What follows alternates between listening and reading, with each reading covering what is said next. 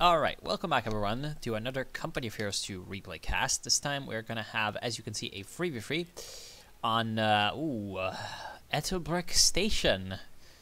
It's been a while. So the players are gonna be Prapershik Ferro, Charles Martel, and Legenda 1983. Or maybe Legenda, who knows, depending on if he's Italian or not. Let's see. Is he Italian? I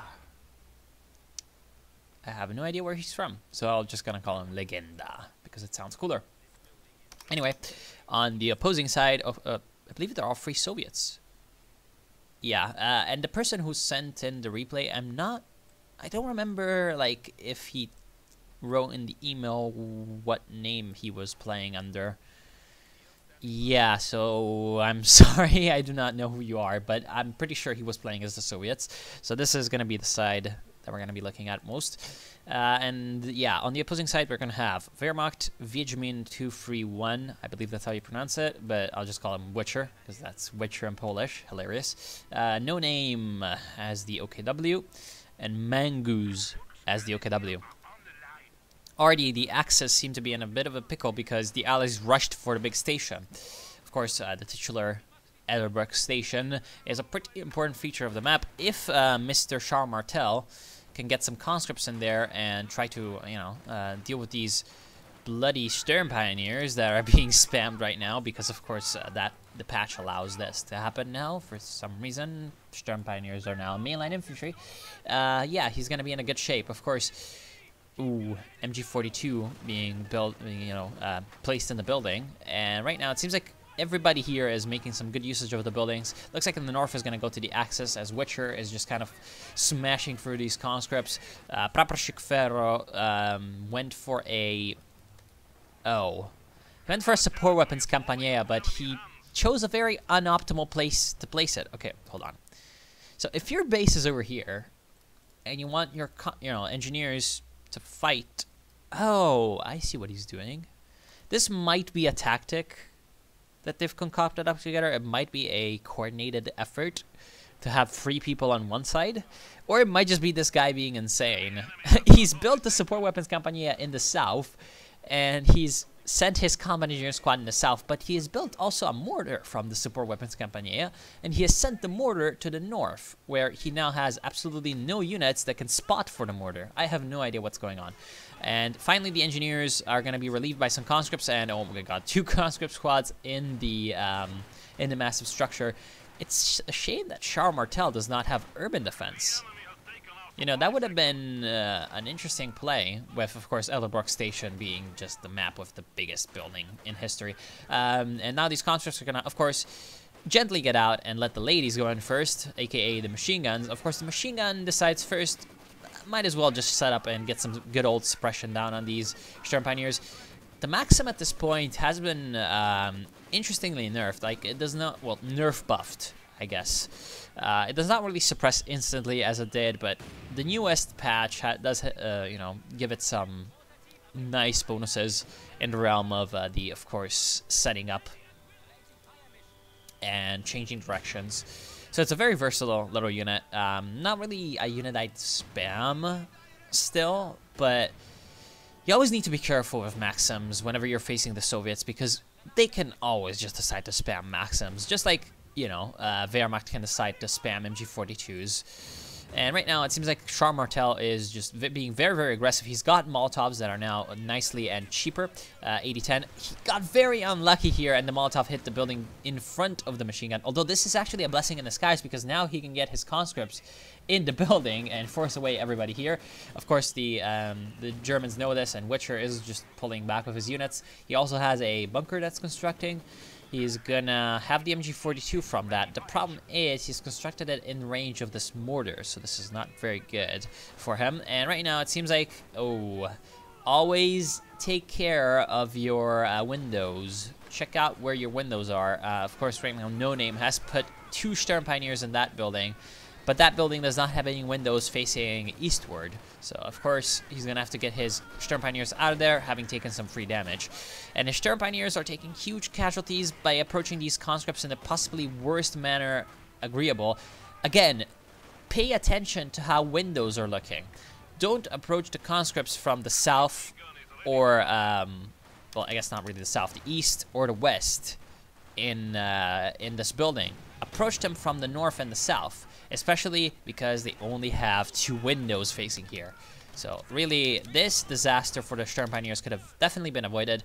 Still though, the Allies are just kind of swarming for the south, absolutely occupying every point they set their eyes on. This is exactly how they should play. As you can see, sending the engineers to capture the buildings when they're not really building something. Them a charge. Ugh.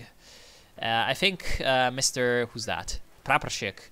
We'll soon find out that demo charges are now no longer applicable in that role. Nicely done by Char Martel. Sees that the field point is weak, just like a jugular, and instantly jumps for it. Nice instincts. And yeah, of course, don't leave your fuel points open, but once you see a fuel point that's open, just kind of go for it at once. This is exactly what the Allies are doing right now. They're just really taking advantage over their temporary advantage, and right now, yeah, Legenda does have a Maxim that's setting up in this building, and nicely done using the sustained fire. This thing does quite a bit of damage for only 15 munitions. It's an ability that I quite like to use. It's not really like the most effective unit with the sustained fire, but it's definitely good. Like, it's not as good as the armor-piercing rounds for the MG42, of course, but, you know, doesn't need to be. It's better than the armor-piercing rounds for the 50 cal though, unless you're facing light vehicles. And right now, as you can see, we have an attempt at a flank by the Germans, but it's not really going all that well. And the Maxim is just constantly farming this Rakenwerfer for kills, because the Rakenwerfer is using the battle headquarters to reinforce. West, finally, the Volksgrenadier Horde has managed to force away Char Martel's capping squads. Might have even killed them. Nah, they're all fine. So let's take a look at what, the bigger picture has for us, what the players are trying to do. We have battle headquarters from No Name, and he's gone for the fortification, so he's definitely playing very defensively. Look at this. Rakenwerfers, support cans. This guy is going to be the camper of the team. MG42s as well, or sorry, MG44s.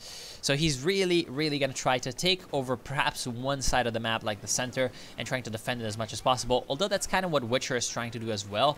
He's definitely being a little bit more versatile, and he's kind of paying for it in a way. He's moved up his MG quite aggressively, but the MG was eventually destroyed by the mortar fire, and now it's going to get stolen by the Allies. So a little bit of a mistake from him. He's also got a 222 scout car. He's got this machine gun that he can recruit. So overall, he's going to be aggressive enough to at least get some VP pressure off from his allies, which is good, because right now, otherwise, if we didn't have this victory point, the Germans would be in a bad shape when it comes to VPs. And nicely using his scout car to block the machine gun's retreat path. Maybe, he's firing at the AT gun. He maybe could have wiped that out, but yeah. So the Germans, let's see if they have an aggressive player in Mangoose. They do. We have a Luke's coming in, and he did not see this until it was too late, kind of, but still, it only damaged, like, one squad. It did 3 casualties. Still not enough to really warrant a 90 munitions investment, sorry. Investiture is, the count giving the bishop his position. not, when you pay for things. That's investment, not investiture. My brain right now is not working. Shock troops coming from the flanks, absolutely going to be able to massacre all of these lovely, low-tier German troops. At this point, of course, Papasha's blazing away. Grenade destroys one of the Volksgrenadiers, and of course the Sturm Pioneers are forced to retreat by the Papashas at close range. They're going to be able to also demolish the other Volksgrenadier squad. This is why I love the shock troops, and why Legenda does also love these shock troops, forcing away basically everything. At this point, though, the problem comes in with the Lukes. Do the Allies have enough AT defenses? Let's check out what the Allies are doing. I remember distinctively there being an AT gun over there, but looks like it's going back to base for some reason. And right now, these shock troops are going to go down. They could have tried to throw a smoke grenade, but the Lukes did not chase them.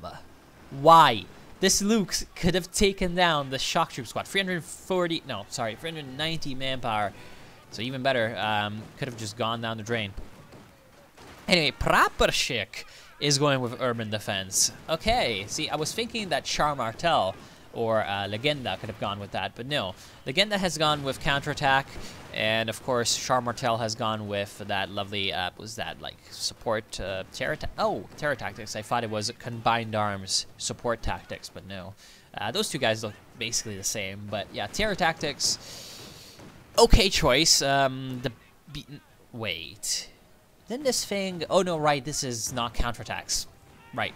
I mean, counterattack tactics and terror tactics are basically the same thing, except this has KV Flamethrower and ML20, whereas this has KV1 and B4.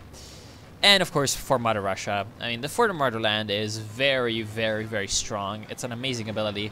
You need to be careful with it, though. I don't remember if they... No. This is just like a straight-up buff. So this is amazing. Need to be using them correctly, though. So the Allies are in a pretty good position. They have the center line mostly held. Looks like the 222 is going to go down.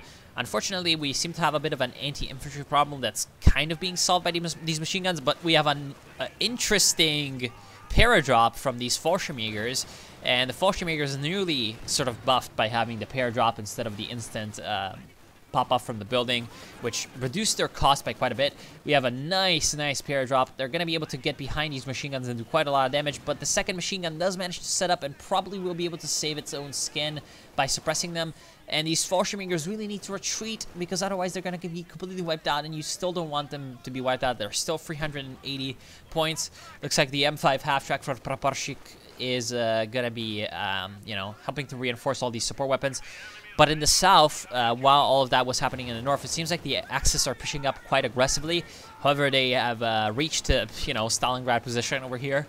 And of course, roadblock with sandbags, T-70, machine gun, AT gun, conscripts. This is not going to go well for any force that tries to attack it.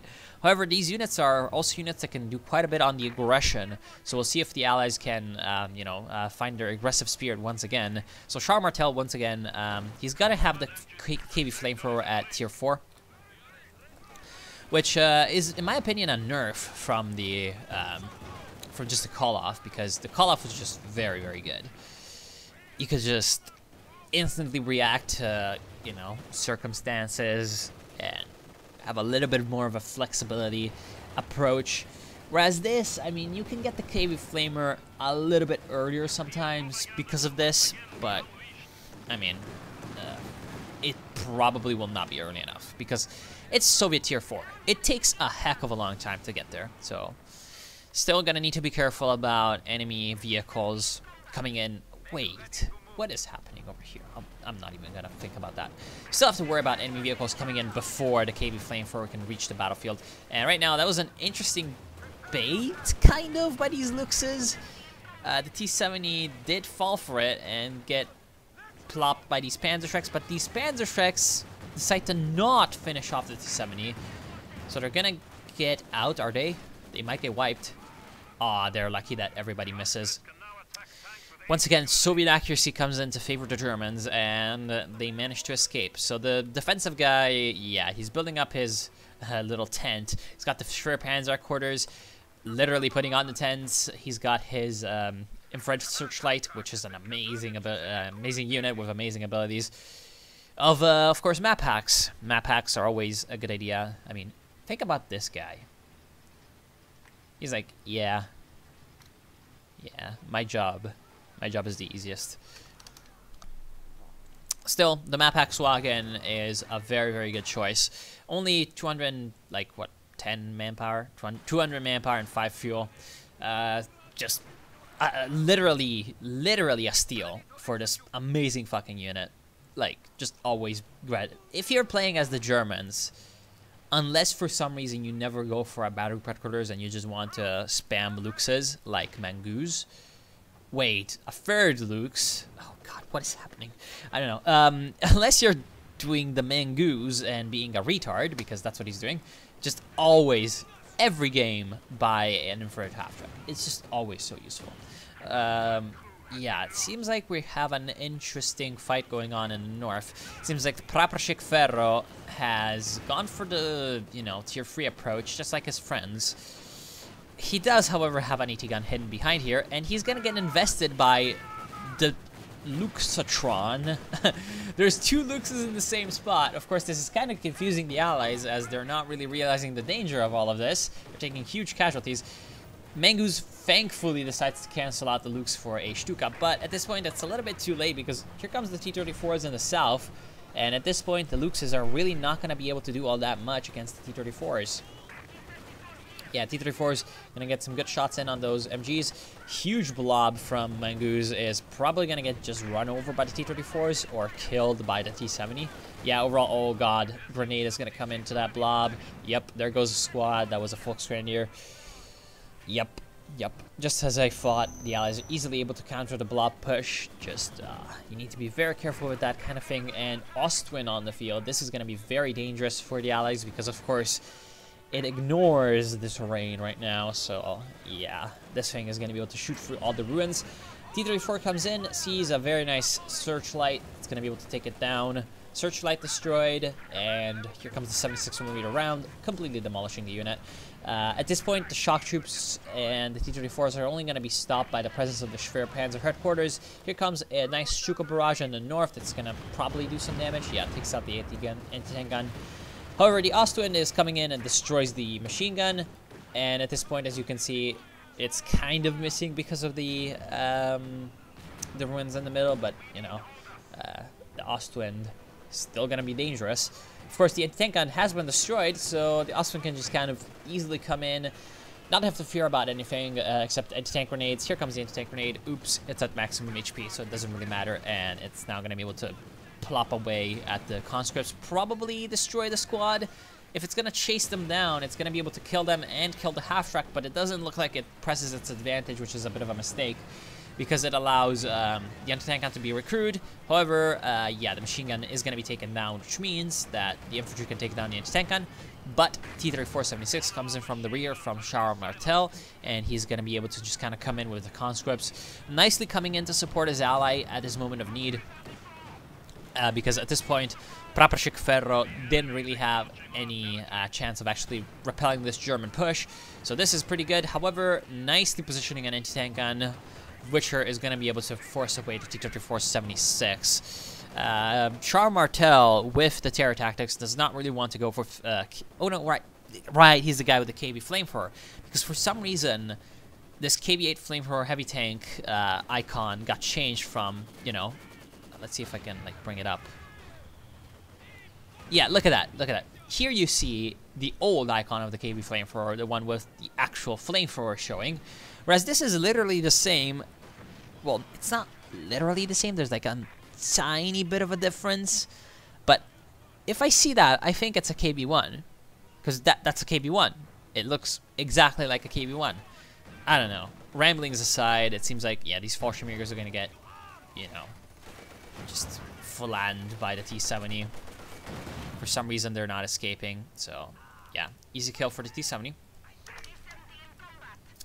It seems like there's a bit of a stalemate in the front line, but it's a stalemate that favors the Allies. Look at this. The Allies are going for triple cap. We have the South that for some reason is not being harassed because these guys are blob capping. Bad idea, don't blob cap. The center, which is being held down by these mortars, the anti-tank gun, etc. And Charles Martel, with his nice push, supporting his ally in the north, managing to also capture the VP. So this is a triple cap. Right now, the Germans have 350 VPs. So to take care of the Germans right now, the Allies need to hold these VPs in a triple cap for 6 minutes. So it's not really that big of a deal if the Germans are playing very defensively. Finally, the Germans, however, realize what is going on, and Mangoose comes in and tries to capture both the center and south areas of the map. That's pretty okay. It seems like we have a bit of a Ostwind push in the north. That's not really going to do anything. Nice usage of the incendiary rounds to take care of the mortar. Sorry, incendiary artillery barrage from, of course, Urban Defense. Urban Defense, which has not been used to its full potential because no forward headquarters has been, you know, upgraded anywhere, which is an interesting choice. I mean, it's the whole point of going for the doctrine. And Praporshchik Ferro is not really using that. Right now, it seems like this T-70 is going to go down to the Rekenwerfer. Bit of a miss micro. Looks like Charles Martel was busy somewhere else, so he didn't really notice that his T-70 was being destroyed. He's really spamming out these T-34-76s. I feel like, considering what the situation is, he could have gone with a KV Flamer, because the KV Flamer is actually pretty useful, unlike the KV-1. And perhaps a Katyusha, but I mean, I can understand the unwillingness of going with that because he does have the ML-20 from Terror Tactics. So, ML-20, definitely a possibility for him later on. Overall, I feel like getting artillery for the Allies at this point should be their main priority, because the Germans aren't really being all that aggressive, so that means that they're pushing for the late game, pushing for the late game units. And right now, the best way to do you know, some good damage to them, to dislodge them from their current defensive mindedness, would be to, you know, get some artillery and start raining down shells on their bases, because otherwise the Germans over here are just gonna kind of like sit here, be like, boom, boom, boom, boom, boom. Don't mind me going for the KT, don't mind me going for the Panther, don't mind me, and then, oh look, it's a Panther, and you die. That's pretty much what's going to happen to the Allies if they're not too careful, because they're going with a lot of T-34-76s, and T-34-76s are all in good, awesome, amazing when the enemy has a lot of infantry support weapons. Even later, I mean, they're very useful. They can use secure mode to cap, they can just kind of run around, but this is Edelbrock Station, so the, you know, I guess space for maneuver is limited. These streets really limit what you can do with your vehicles, especially high maneuverability, high-speed vehicles like the T-34-76, and especially low armor ones as well, because it's, you know, the Panther is also high maneuverability, but it's got armor, so, you know, it doesn't really matter. Because if it turns around a corner and sees, oh look, there's a lot of stuff here, it can probably take those shots. Still need to be careful, but it can probably take those shots. Whereas the T-34-76, as you can see, really cannot. So it's better for the Panther because it's got armor. But the T-34-76s, they're going to start to struggle once the big heavies start to come into play for the Germans. So really what the Allies need to do is they need to find some way to equalize the situation. Part of that would be to get some units that aren't T-34-76s. Like, for example, 1 or 2 Su-85s would be good right now. Of course, the lovely KV Flamethrower would be amazing, because it would be able to deal with all of the support weaponage, all of the infantry in the closely packed environment of Edelbrock Station. The KV Flamethrower is absolutely perfect. And it's also got some pretty good armor and HP values, so, you know, it's not really the most vulnerable vehicle out there. Ooh, lucky that it survives, or rather that the engine survives 2 anti-tank grenades. This Panther right now should have had its engine damaged, and if it did have its engine damaged, well, these T-34-76s might have been able to get behind it and destroy it. But there's quite a bit of anti-tank support for the Germans in the area. No Name does have 3 anti-tank units, Rakenwerfer, Sturm Pioneer with Panzerschrecks, so he's in a pretty good spot there.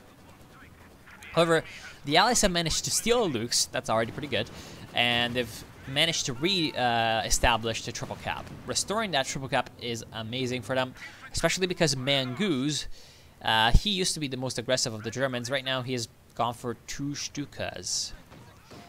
Man, what's wrong with tier 3 and tier 4? Like, just go for the tier 4. Okay, if you have tier 3 as the OKW, it's like, sure, you can get vehicles. I get it. It's a good thing. Yes, vehicles are fun. Sure, you can get the Stuka. They do of the many booms. But get tier 4. Just get tier 4. Just tech up as the Germans. It's good, I promise. And right now, 2 Stukas are gonna smash the station, most likely. Will it survive? Oh yeah, because the second one is diagonally. I mean, these were some pretty good Stuka barrages. The Allies were pretty lucky that the Stuka has just been nerfed, so it doesn't really do as much damage as it did to buildings. Otherwise, the station itself might have fallen.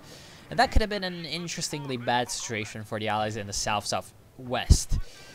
But as it stands, yeah, there's not really much that the Germans can do now to push against all of this, because the anti-tank gun somehow survived, or maybe was recruited by conscripts. Although it looks like it just survived the barrage by a sliver of health. And yeah, the T-34-76s come in trying to support his friends and try to destroy the Panther, capitalizing on the success of the anti-tank gun, but it's not really going to be enough because of all the anti-tank support. So pretty well played by the Germans. In the north, we have the Germans still trying to, by the skin of their teeth, just take this point and hold it. They're doing okay thanks to a Fallschirmjäger airborne assault that's coming down. Of course, nicely using the anti-tank strafing rounds, but... Yep. Looks like there's an anti-aircraft unit. Yep, it's the quad. So quad, vet-free, gets some good anti-aircraft fire down and destroys the airborne assault. Or rather, the airborne assault plane. And right now, yeah, okay. T-3476 still doing its own thing, but, you know, nice Katyusha brush. Finally, the Allies get some artillery. Looks like it's Praporchik that went for it. He's going to get some pretty good damage dealt. However, he's making a mistake. I mean, he's firing at maximum range. This does definitely make the Katyusha a little bit safer. But with the Katyusha, it's got such a huge spread that you need to get it closer to get some more accurate fire down on the enemy and get some actual casualties done. Because you saw what happened. Like, yeah, it got some casualties the first few rockets that hit. But after those first few rockets... And because they were so inaccurate, they weren't really able to destroy everything that was there. And the next rounds didn't really do even any better because they were kind of just scattered all over. And that gave the Germans some time to actually retreat their units. So, you know, Wiedźmin now can get the Tiger, and he does have some extra units to support it as well. Whereas if that Katyusha barrage had been aimed a little bit better, aka if the Katyusha had fired from a better position, more closer to the action, right now there would be less units supporting this Tiger. Although the Tiger is making a mistake, in my opinion, in going for the right side. I mean, yeah, it's going to be able to take down the 76mm anti-tank gun, but not much more than that. And right now, the Allied Lukes charges in and suicides. I mean, they knew that there was a Schwer Panzer quarters here, so why did they send in Lukes there? I have no idea. Like, even though it's a Lukes, and so you're like, oh, late game, Lukes, not really gonna do anything, the Lukes can still be useful. Just don't throw it away. It's a great anti-infantry unit. You can use it to, like, take down enemy units that are trying to harass your side VPs that maybe you're not defending. You can use it to defend your anti-tank guns from infantry flanks. You can use it for a lot of good things. Ooh, this might be a bad idea. 3476s are trying to chase down the Ostwind. Always be careful of what you're chasing, though, because there might be other things helping them out. And in this case, it's the Tiger. Tiger going to force away the T-3476s. Luckily for the Germans, not much more that can capitalize on that victory and take down the T-3476s. Retreat! No! Looks like he did not retreat in time, and one of the squads went down. The other squads, however, managed to get out, which is pretty okay. Right now, it seems like the shock troops in the south, yeah, they're just kind of holding the fort with the VPs. However, the VPs are being captured by, being captured by some stealth Raketenwerfers, so that's pretty good. T-34 is like, what is happening? And comes in. Oops, it seems like it's a stealth Raketenwerfer. So, takes a bit of damage, a bit of a pounding. Yeah, Fallschirmjäger's trying to escape, getting absolutely mowed down by the T-34s and the conscripts. And it looks like the Allies are going to be able to recapture the north. In the center, here comes some conscripts and, well, a swarm of them, in fact, along with some shock troops.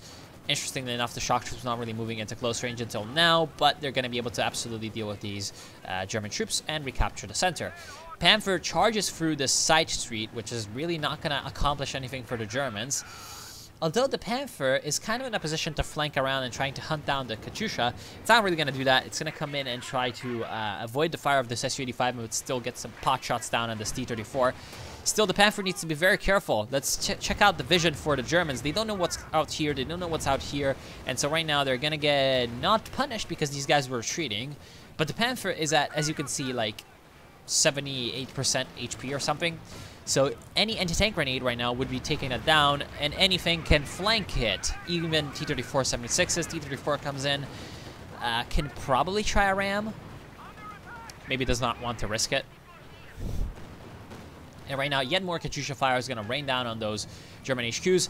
A bit of an armor congestion right now. This is, of course, to the detriment of the Soviets, as they are the ones that want the mobility to happen, not the stand-up fight, because as you can see, all these shots are bouncing off of them. But an amazing bombing run is going to come in from the flank. I actually did not see the smoke myself, so yeah, the Germans getting, you know, getting their surprise meter filled out, absolutely destroyed by the attack. Of course, the Allies are also losing quite a bit. The Su-85 went down.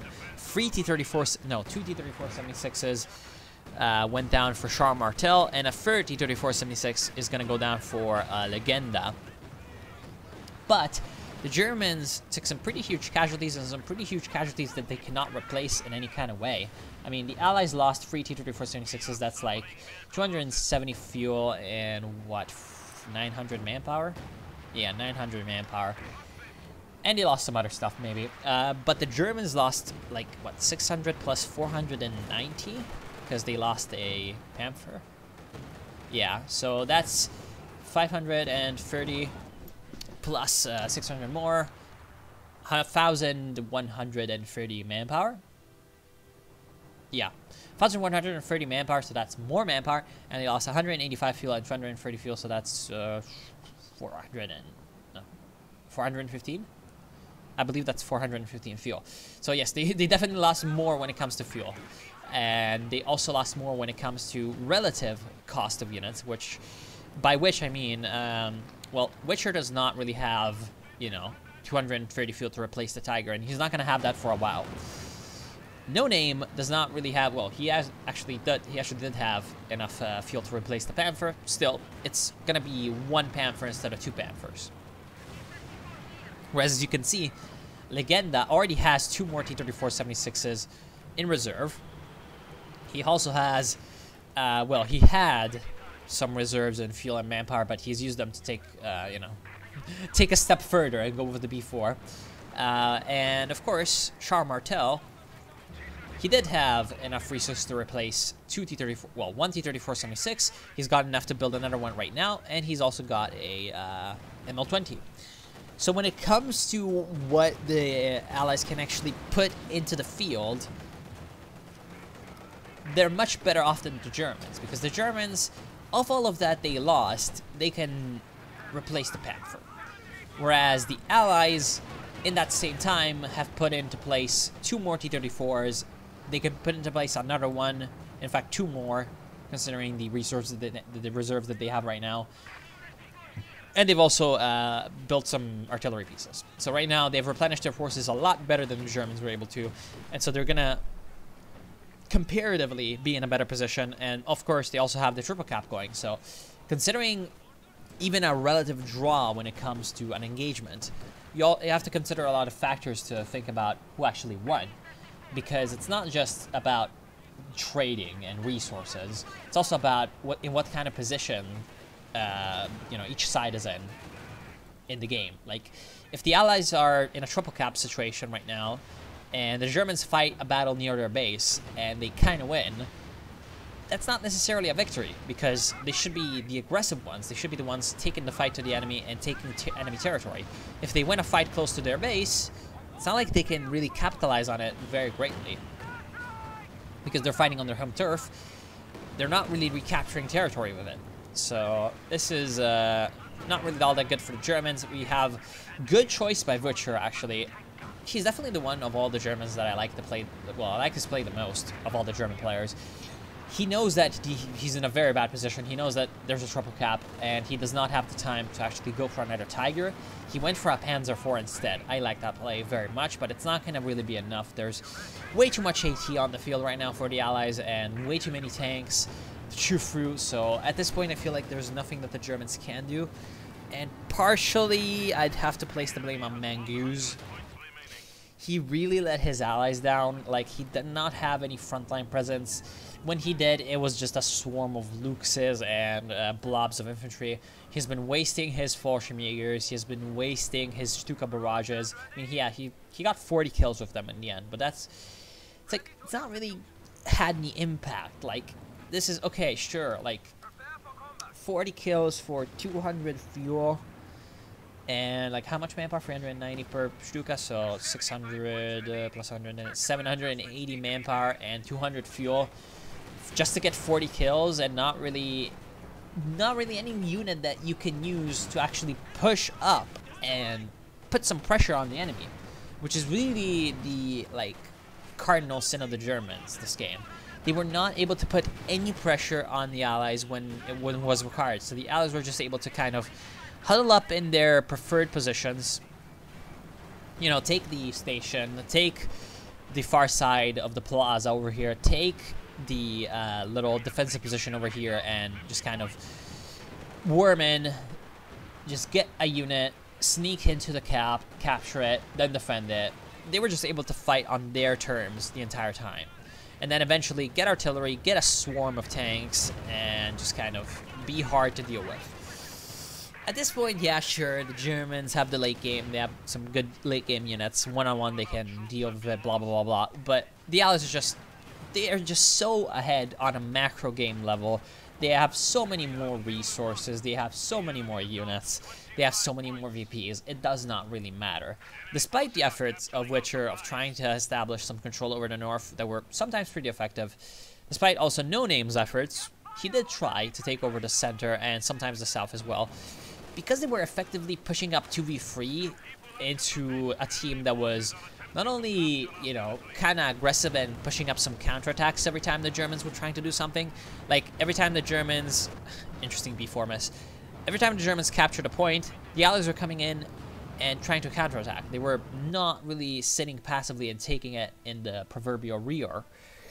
They also tried to do something to recapture places that they lost. So, in the... Wait... That's an interesting decal. Wait, what? So, it wrote Bie Sakhvatchikov,